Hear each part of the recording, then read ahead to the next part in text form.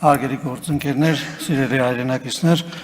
գաղտնիք չէ, որ վերջին տարիներին սրընթաց կերպով զարգանում է ռազմաարդյունաբերական համալիրը, պաշտպանական կարիքների համար միլիարդավոր դրամներ են եւ հարյուրավոր միլիոնավոր դոլարներ են ծախսվում ներքին արտադրողների ձեռքբերումների համար, որը իհարկե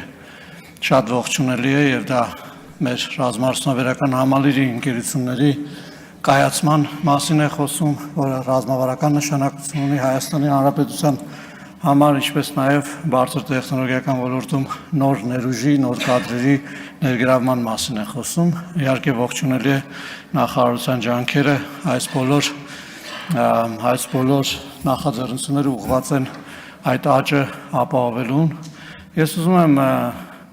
ընդհանրապես մի մտահոգությամբ կիսվել եւ առիթը օգտագործել այս հարցը բարձրացնել ուշադրության համար։ Ես ցանկանում եմ առաջարկել, որպեսզի մենք ներքին գնումների, այսինքն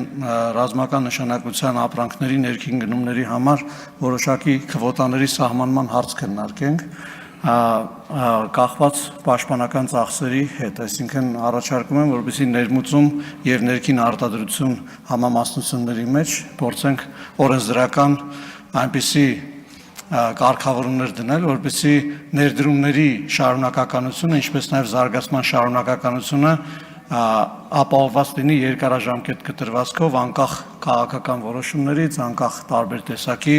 փոփոխություններից, ռազմաարդյունաբերողները իմանան, որ տարիներ շարունակ իրենք ունենալու են իրենց հատկացված բյուջեի մի կտորը, որը սահմանված կլինի կոնկրետ իրավական փաստաթղթով։ Ընդհանրապես ուզում եմ այս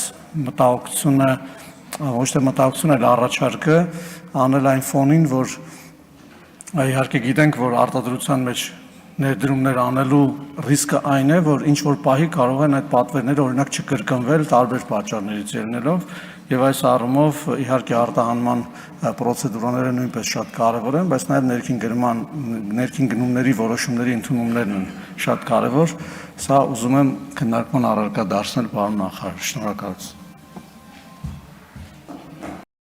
Չմոռանաք հավանել տեսանյութը եւ բաժանորդագրվել Civic AM-ի YouTube-յան էջին։